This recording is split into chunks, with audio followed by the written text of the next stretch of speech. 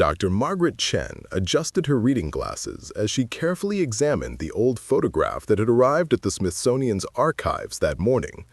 The black and white image, dated 1931, showed a tender moment. A woman in a simple cotton dress embracing a young boy of perhaps 8 years old. They stood in front of what appeared to be a modest farmhouse, somewhere in rural Kansas, based on the flat horizon and wooden fence visible in the background. "Just another Depression-era family photo," Margaret murmured to herself, noting the woman's worn shoes and the boy's patched clothing that told the story of those difficult times. The photograph had been donated by the estate of Eleanor Hartwell, along with dozens of other family memorabilia from the early 20th century. But as Margaret reached for her magnifying glass to examine the photograph's condition for archival purposes, something made her pause. The woman's face showed genuine maternal love, her arms wrapped protectively around the child. Her expression was soft and caring, exactly what you'd expect from a mother holding her son. The boy, however, was different. Margaret leaned closer, her breath catching slightly. While the woman gazed down at the child with unmistakable affection, the boy's eyes seemed to stare straight ahead with an intensity that felt unsettling for someone so young. His small hands, which should have been relaxed in his mother's embrace, appeared rigid at his sides. "That's odd," she whispered, adjusting the desk lamp to get better lighting on the photograph. The more she studied the boy's face, the more uncomfortable she became. There was something in his expression, not the innocent wonder of childhood, but something else entirely, something that seemed far too mature, too calculated for an 8-year-old child. Margaret made a note in her research log: "Unusual family photograph. Recommend further investigation into the Hartwell family history." She had no way of knowing that this single photograph would unravel a mystery that had remained hidden for over 90 years, changing everything she thought she knew about the power of a mother's love and the secrets that families keep buried in plain sight. Chapter 2. The Victorian House. 3 days later, Margaret found herself driving through the winding roads of Lancaster County, Pennsylvania, toward the sprawling Victorian house that had belonged to Eleanor Hartwell. The elderly woman had passed away at 97, leaving behind a meticulously organized estate and a reputation in the small town of Millfield as someone who had lived quietly but purposefully. Eleanor's great-niece, Sarah Morrison, met Margaret at the front door. Sarah was a woman in her 40s, with grimed eyes and graying brown hair pulled back in a practical ponytail. She worked as a librarian in Philadelphia, but had taken time off to handle her Aunt Eleanor's affairs. "I'm so glad someone from the Smithsonian is interested in Aunt Eleanor's collection," she said, as she led Margaret through rooms filled with carefully preserved furniture and photographs. She never married or had children of her own, but she devoted her life to preserving our family story. She used to say that photographs were windows into souls, that they revealed truths that people might prefer to keep hidden. They reached Eleanor's study, a cozy room with floor-to-ceiling bookshelves and a large oak desk covered with magnifying glasses, photo albums, and research notes. Sarah picked up a leather-bound journal from the desk. "This might interest you," she said, handing it to Margaret. "Aunt Eleanor's research notes about the 1931 photograph you mentioned on the phone. She spent years trying to understand that particular image." Margaret opened the journal carefully. Eleanor's handwriting filled the pages with dates, observations, and questions. One entry immediately caught her attention. "The boy in mother's arms. Why do his eyes hold such darkness? What did he know that we never understood? The truth about Thomas must be somewhere in these photographs." Thomas. Margaret looked up at Sarah. Who was Thomas? Sarah's expression grew troubled. "That's just it. We're not entirely sure." Chapter 3. The Whispered Stories. Sarah poured 2 cups of coffee from an old percolator in Eleanor's kitchen, while Margaret spread several photographs across the wooden table. The afternoon sun streamed through lace curtains, casting intricate shadows across the images. "What I'm about to tell you might sound strange," Sarah began, settling into her chair. "Growing up, I heard whispered conversations among the older family members about a boy named Thomas who lived with my great-great-grandmother, Ruth Hartwell, in the early 1930s. But the stories never quite matched up." She pointed to the 1931 photograph that had started Margaret's investigation. "Some relatives insisted this was Ruth's son, Thomas, who died young of influenza. Others claimed he wasn't her biological son at all, but a child she was caring for temporarily. A few family members even suggested that Thomas never existed, that the photograph showed a different child entirely." Margaret studied the image again, noting the boy's peculiar expression. "What did Eleanor believe?" "That's what makes this so intriguing," Sarah replied, pulling out another photograph from a manila envelope. "Aunt Eleanor found this last year while going through some papers in the attic." The second photograph, also from 1931, but taken several months later based on the seasonal clothing, showed the same woman, Ruth Hartwell, standing alone in front of the farmhouse. She appeared tired, almost haunted, her hands clasped tightly in front of her. Most notably, there was no sign of the boy. "Look at the back," Sarah urged. Margaret carefully turned the photograph over. In faded ink, someone had written, "After Thomas left us, may God forgive what we allowed to happen." Margaret felt a chill run down her spine. "Left? But your family members said he died of influenza." "Exactly," Sarah said grimly. "That's when Aunt Eleanor realized that our family had been keeping secrets for nearly a century. She became obsessed with finding out the truth about Thomas, who he really was, where he came from, and most importantly, what happened to him." Margaret pulled out her notebook. "Did Eleanor discover anything else?" Sarah hesitated before reaching for a third photograph. She found this hidden behind the frame of an old mirror in the attic. It's dated 2 weeks before the first photograph was taken. This image showed Ruth Hartwell with a completely different boy, one with lighter hair and a genuine smile. The resemblance between Ruth and this second child was unmistakable. "This," Sarah said quietly, "was Ruth's actual son, James. He died of pneumonia in early 1931, just days after this photograph was taken." Chapter 4. The Laboratory Analysis. Margaret returned to Washington, D.C. with copies of all 3 photographs and Eleanor's research notes, her mind racing with questions. The next morning, she reached out to Dr. James Patterson, a colleague who specialized in photographic authentication and historical document analysis. "I need you to examine these images very carefully," she told James as they met in his laboratory at Georgetown University. "I want to know everything: the paper, the chemicals used in developing, any signs of tampering or manipulation." James was a meticulous researcher in his mid-50s who had helped solve several historical mysteries through his detailed analysis of photographs and documents. He placed the first photograph under a high-powered digital microscope connected to a computer monitor. "Interesting," he murmured after several minutes of examination. "The photograph is definitely authentic. The paper and chemical composition are consistent with 1931 photography techniques. But there's something unusual about the image quality." Margaret leaned closer to look at the monitor. "What do you mean?" "See this area around the boy's face?" He pointed to the screen, where the image was magnified several times. "The grain structure is slightly different. It's subtle, but it suggests that this portion of the photograph may have been subject to some kind of additional processing or exposure."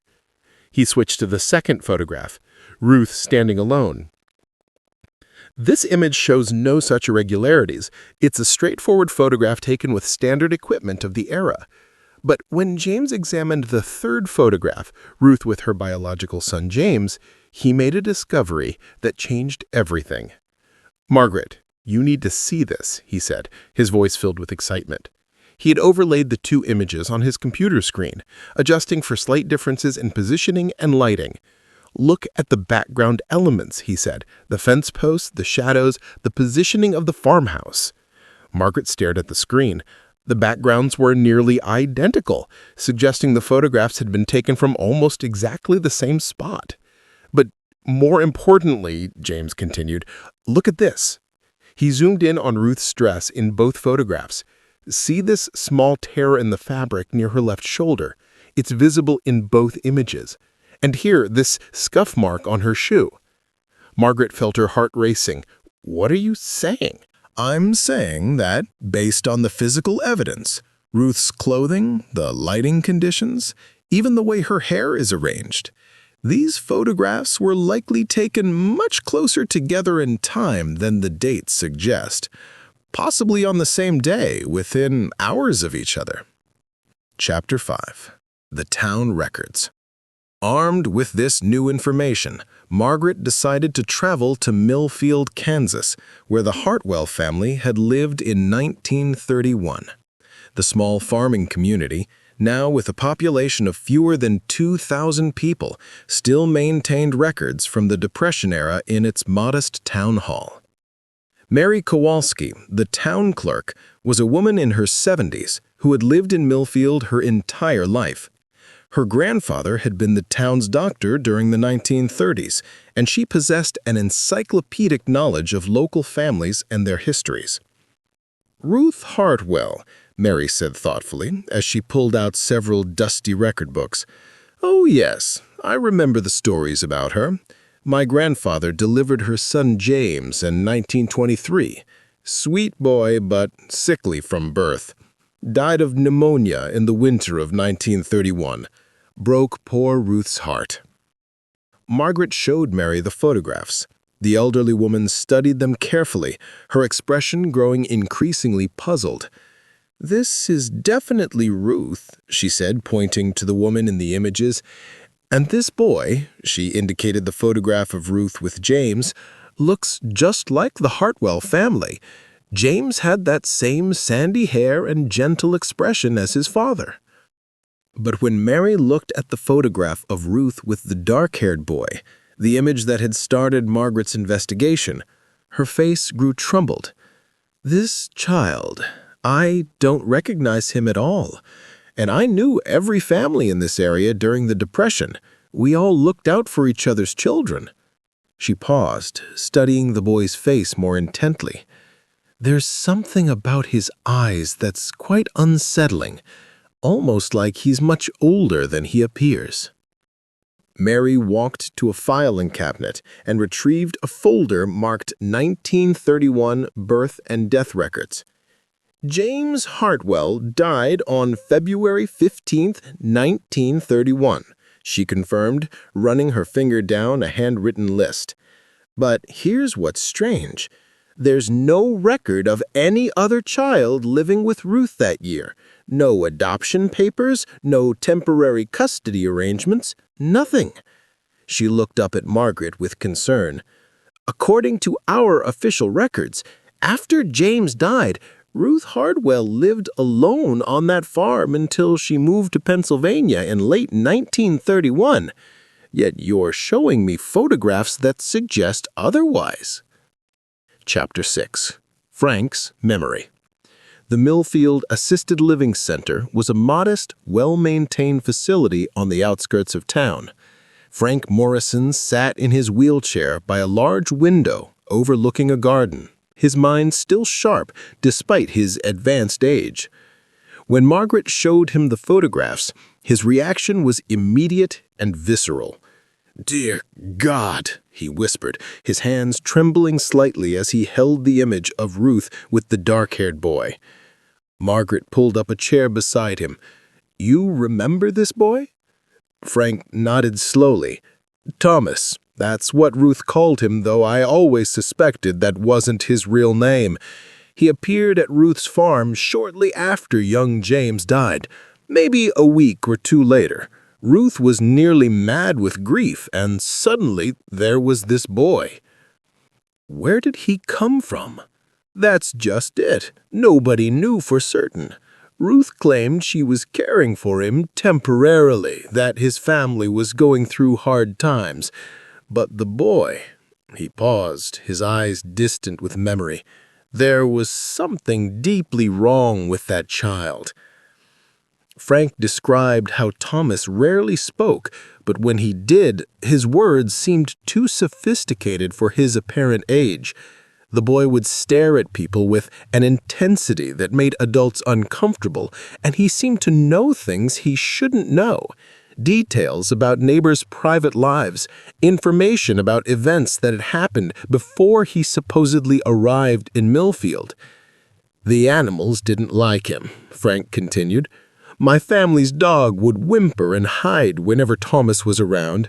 Even Ruth's old milk cow would become agitated when he approached.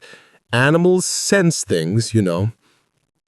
Margaret showed Frank the photograph of Ruth standing alone. What happened to Thomas? His expression grew dark. He disappeared one night in late summer of 1931. Ruth never spoke of it, but the next morning she was different, relieved but also haunted. She moved away within a few months and never returned to Millfield ever. Did anyone report him missing? That's the strangest part. Nobody seemed to care that he was gone, as if the entire town collectively decided to forget he had ever existed. Even Ruth acted as though he had never been there. Frank leaned forward, his voice barely above a whisper. But I'll tell you something I'd never told another living soul. 3 days after Thomas disappeared, I was walking past Ruth's farm, and I saw her in the backyard digging. She was digging deep into the ground behind the barn, working through the night by lantern light. Chapter 7. The Excavation. Margaret contacted Sarah Morrison immediately after her conversation with Frank. Together, they drove to Kansas to locate the original Hartwell farm, which had been abandoned since the 1950s, but still stood on what was now agricultural land owned by a local farming corporation. The current landowner, Robert Jensen, was a practical man in his 60s who had grown up hearing stories about the cursed Hartwell place. He readily gave them permission to explore the property, even providing them with ground-penetrating radar equipment he used for checking irrigation lines. The farmhouse was in ruins. Its roof had collapsed years ago and weather had worn away much of the wooden siding. But the stone foundation remained intact, and the old barn Frank had mentioned still stood, though its red paint had long since faded to a rusty brown. Margaret and Sarah spent the morning walking the property, trying to match the photographs with the current landscape. Despite decades of neglect, they were able to identify the exact spot where Ruth had posed with both boys, a slight rise in the ground that provided a clear view of the house. Frank said Ruth was digging behind the barn, Margaret reminded Sarah as they approached the weathered structure. The area behind the barn was overgrown with tall grass and weeds, but the ground-penetrating radar would be able to detect any disturbances in the soil. Robert Jensen arrived with his equipment around noon. The radar unit looked like a large lawnmower with a display screen that showed underground features. As he slowly moved the device across the area behind the barn, Margaret and Sarah watched the screen intently. "There," Robert said suddenly, stopping the machine. "Something's definitely buried here. Looks like it's about 4 feet down, a roughly rectangular shape." Margaret felt her heart racing. "How big?" Robert studied the screen. "About the size of a large suitcase or, well, it could be a small casket."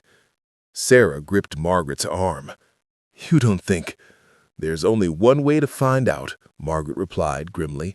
"We need to call the local sheriff's department. If there's any possibility that human remains are buried here, this needs to be handled properly." As they waited for the authorities to arrive, Margaret couldn't shake the feeling that they were about to uncover a truth that the Hartwell family and perhaps the entire town of Millfield had been trying to forget for 90 years.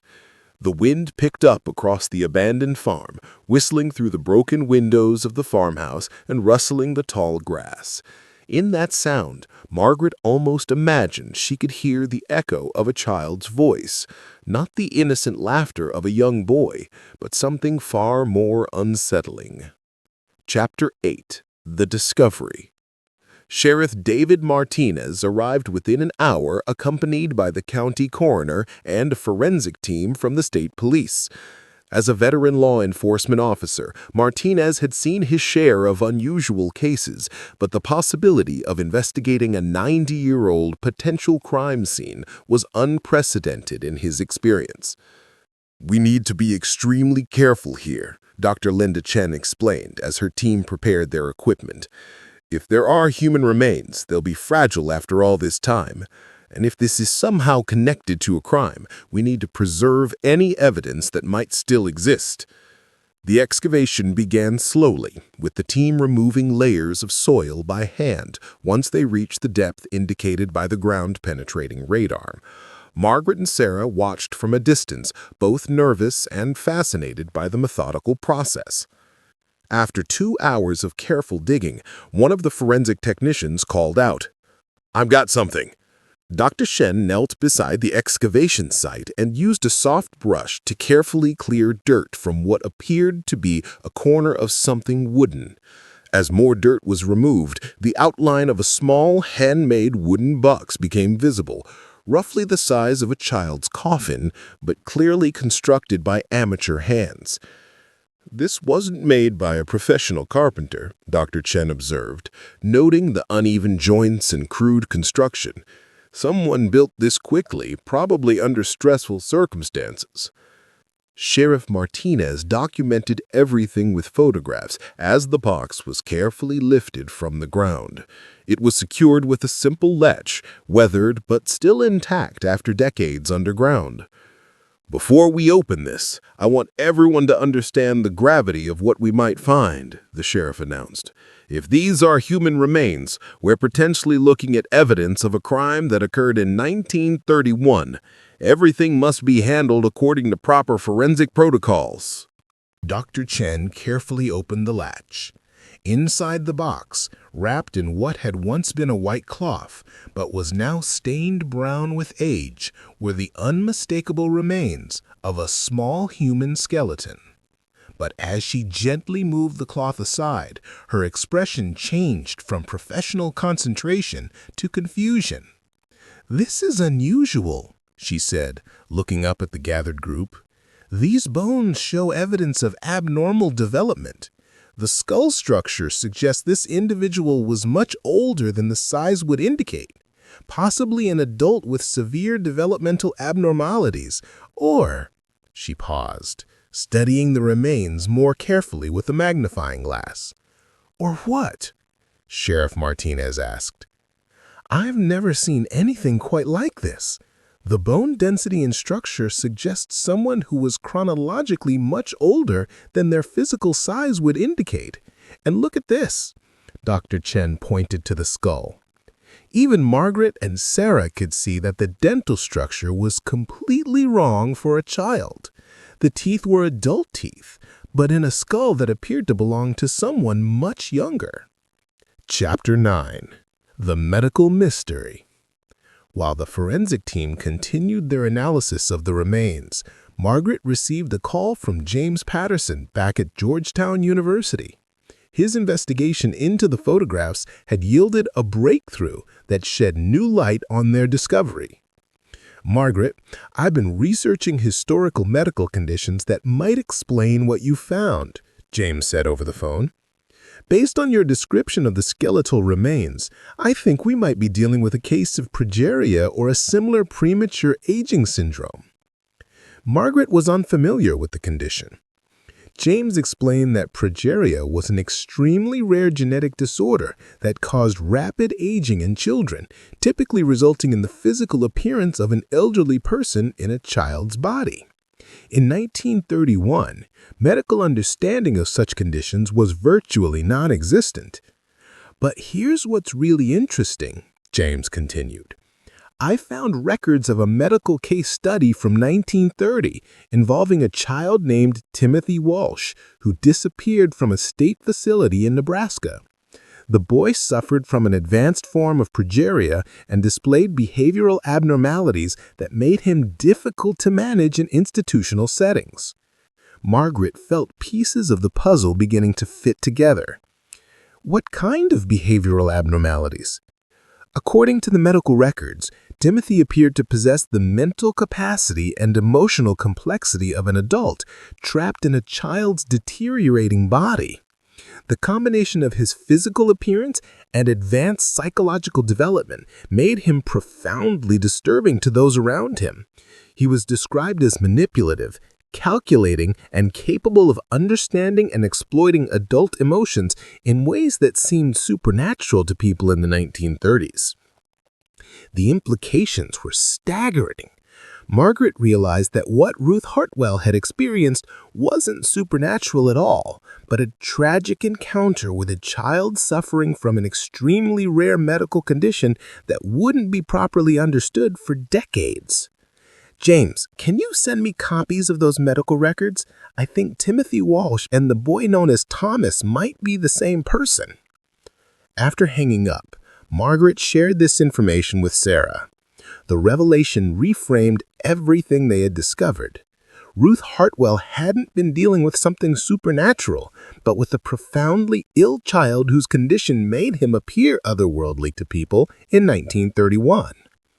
So Thomas, or Timothy, died of his condition while staying with Ruth? Sarah asked. It seems likely. Ruth was probably caring for him out of compassion, but when he died, she panicked.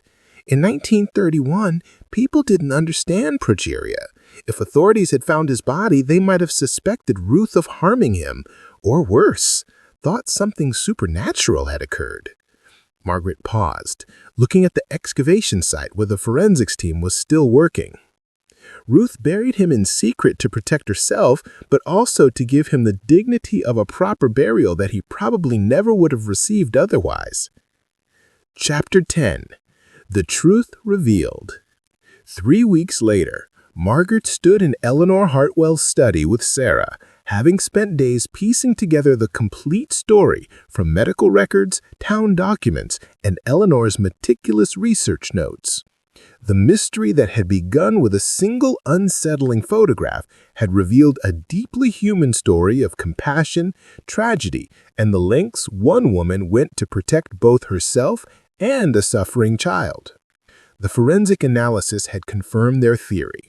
The remains belonged to a child approximately 10 years old chronologically, but with the bone development and dental structure of someone much older.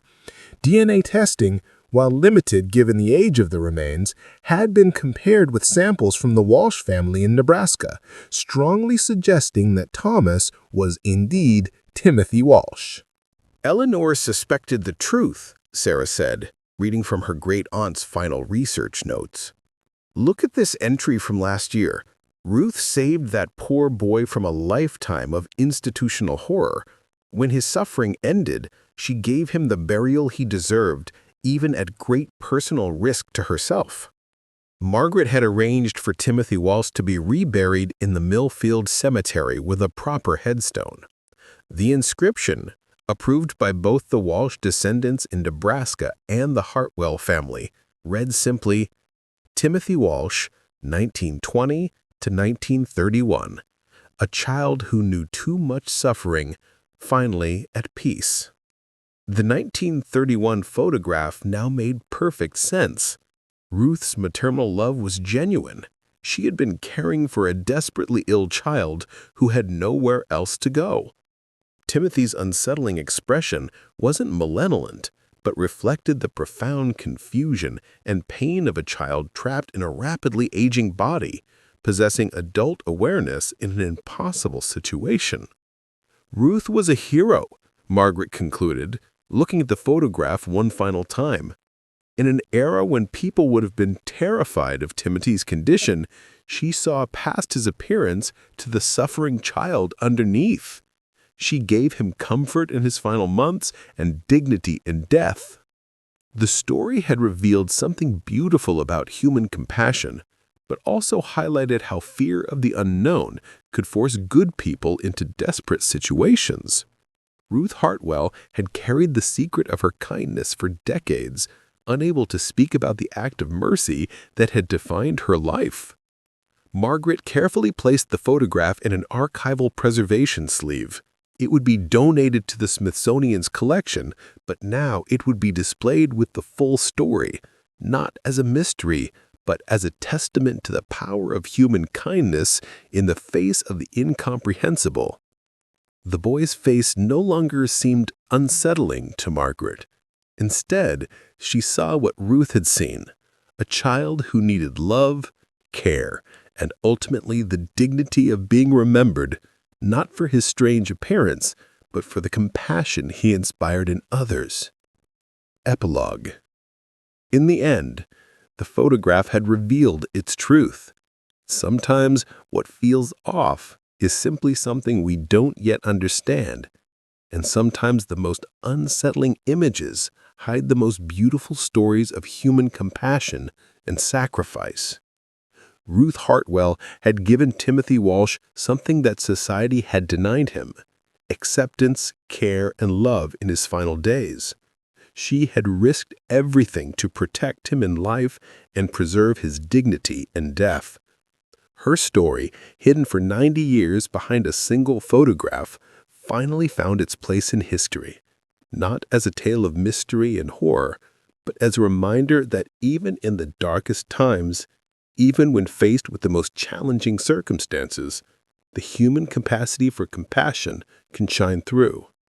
The photograph that had once seemed disturbing now stood as a monument to kindness, a window into a moment when one woman chose love over fear, compassion over convenience, and humanity over judgment. And in that choice, both Ruth and Timothy found redemption.